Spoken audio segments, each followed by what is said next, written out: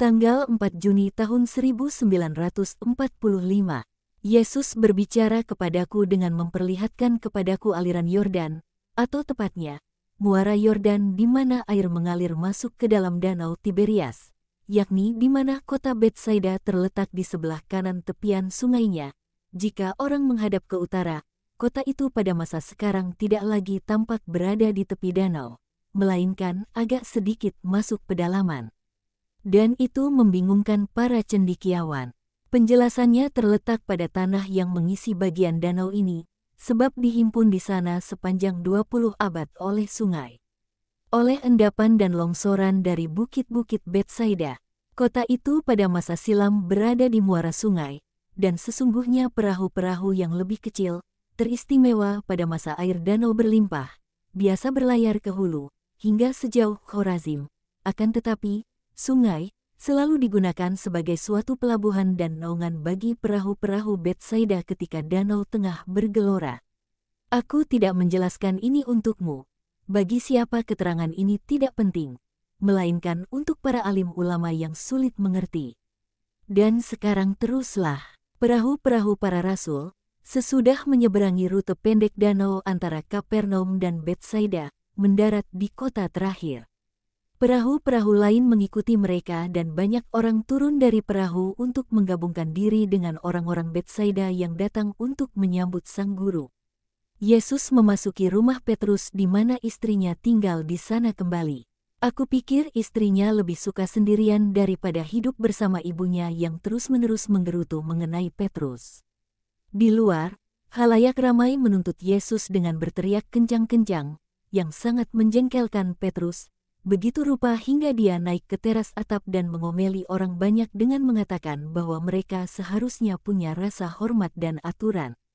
Dia ingin menikmati kebersamaan dengan gurunya sebentar saja, dalam damai.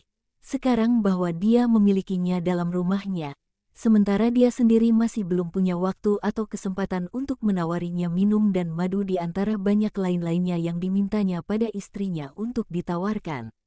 Dan dia menggerutu. Yesus menatap padanya dengan tersenyum dan menggeleng-gelengkan kepalanya seraya berkata, "Kau berpikir seolah kau tidak pernah melihatku dan bahwa kita baru saja bertemu secara kebetulan. Tapi memang begitu, apabila kita di dunia, apakah engkau dan aku pernah bersama? Tidak pernah dalam hidupmu, antara engkau dan aku ada dunia dengan orang-orangnya yang sakit, orang-orangnya yang menderita, para pendengarnya, orang-orangnya yang penuh rasa ingin tahu, para pemfitnahnya, para musuhnya, dan engkau dan aku tidak pernah bersama.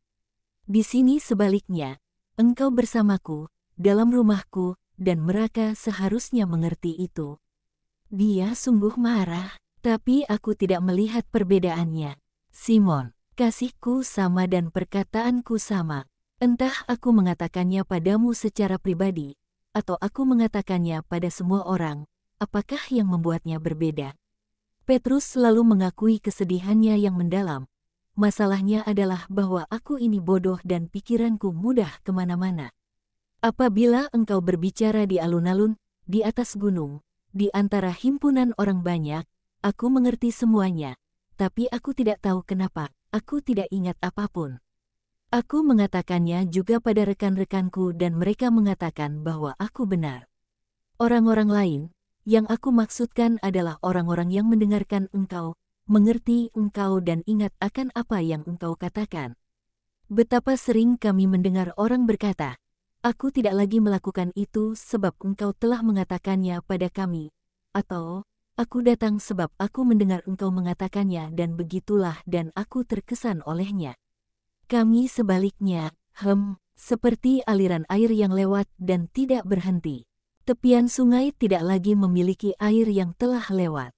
Adalah benar bahwa air yang lain datang, berlimpah, tapi air lewat, air lewat.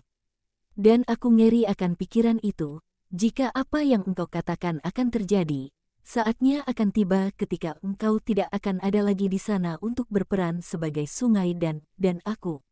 Apakah yang akan aku berikan kepada mereka yang haus jika aku tidak dapat menyimpan bahkan satu tetes pun dari kelimpahan yang engkau berikan kepadaku? Juga para rasul yang lain mendukung erangan Petrus. dengan mengeluh bahwa mereka ditinggalkan tanpa apa-apa dari apa yang sudah mereka dengar. Sementara mereka ingin mengingat semuanya demi menjawab orang-orang yang mengajukan pertanyaan-pertanyaan kepada mereka. Yesus tersenyum dan menjawab, "Aku pikir tidak begitu. Orang banyak sangat puas juga denganmu. Tentu saja, untuk semua yang kita lakukan, membuka jalan bagimu, dengan menyikut dan menerobos orang banyak, menggotong orang-orang sakit, mengumpulkan derma dan mengatakan, 'Ya, itu Guru, mengagumkan.' Ya kan? Janganlah terlalu meremehkan dirimu sendiri, Simon. Aku tidak sedang meremehkan diriku sendiri. Aku mengenal diriku sendiri. Itu adalah kebijaksanaan yang paling sulit didapat. Tapi aku ingin melegakan kalian dari ketakutan besar kalian. Apabila aku berbicara dan kalian tidak dapat mengerti dan mengingat semuanya, bertanyalah padaku tanpa takut membosankan atau mengecilkan hatiku. Kita selalu punya beberapa jam privasi, ketika kalian dapat membuka hati kalian padaku. Aku memberikan begitu banyak pada begitu banyak orang, dan apakah yang tidak akan aku berikan kepada kalian yang begitu sangat aku kasihi hingga Allah tidak dapat lebih mengasihi kalian? Kau berbicara mengenai gelombang-gelombang yang lewat dan tak suatu pun yang tertinggal di tepian sungai. Harinya akan datang ketika kau akan menyadari bahwa setiap gelombang sudah menanamkan sebiji benih dan bahwa suatu tanaman sudah tumbuh dari setiap benih. Kau akan mendapati di hadapanmu bunga-bunga dan tanam-tanaman di setiap kesempatan dan kau akan heran pada dirimu sendiri dan berkata, apakah yang telah dilakukan Tuhan atasku? Sebab pada waktu itu kau akan ditebus dari perbudakan dosa dan keutamaan-keutamaanmu yang sekarang akan sudah mencapai tingkat kesempurnaan yang mengagumkan. Engkau mengatakannya, Tuhanku, dan aku mengandalkan perkataanmu. Sekarang marilah kita pergi kepada mereka yang menantikan kita. Ayo, damai sertamu, perempuan, aku akan menjadi tamumu malam ini. Mereka pergi keluar dan Yesus mengarahkan langkah kakinya menuju danau guna menghindari dihimpit oleh orang banyak. Petrus bertindak cekatan dalam mengarahkan perahu beberapa yard dari tepian, sehingga suara Yesus dapat terdengar oleh semua orang, namun dengan suatu jarak antara ia dan mereka yang mendengarkan. Sementara datang kemari dari Kapernaum aku memikirkan apa yang sebaiknya aku katakan kepada kalian dan aku mendapatkan suatu petunjuk dalam kejadian-kejadian pagi ini. Kalian melihat 3 orang datang kepadaku. Yang seorang datang secara spontan, yang kedua sebab aku mendorongnya, yang ketiga datang oleh sebab suatu antusiasme yang tiba-tiba. Dan kalian juga melihat bahwa aku menerima hanya 2 orang dari mereka. Mengapa? Apakah aku mungkin melihat seorang pengkhianat dalam diri yang ketiga? Tidak, sebenarnya, tapi aku melihat bahwa dia tidak siap. Kelihatannya, orang ini yang di sampingku, yang hendak menguburkan ayahnya, kelihatan lebih tidak siap. Justru sebaliknya yang paling tidak siap adalah orang ketiga.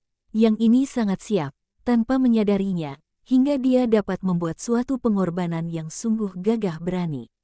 Kegagah beranian dalam mengikuti Allah selalu merupakan bukti dari persiapan rohani yang kuat. Dan itulah penjelasan dari peristiwa-peristiwa tertentu yang mengejutkan yang terjadi di sekitarku.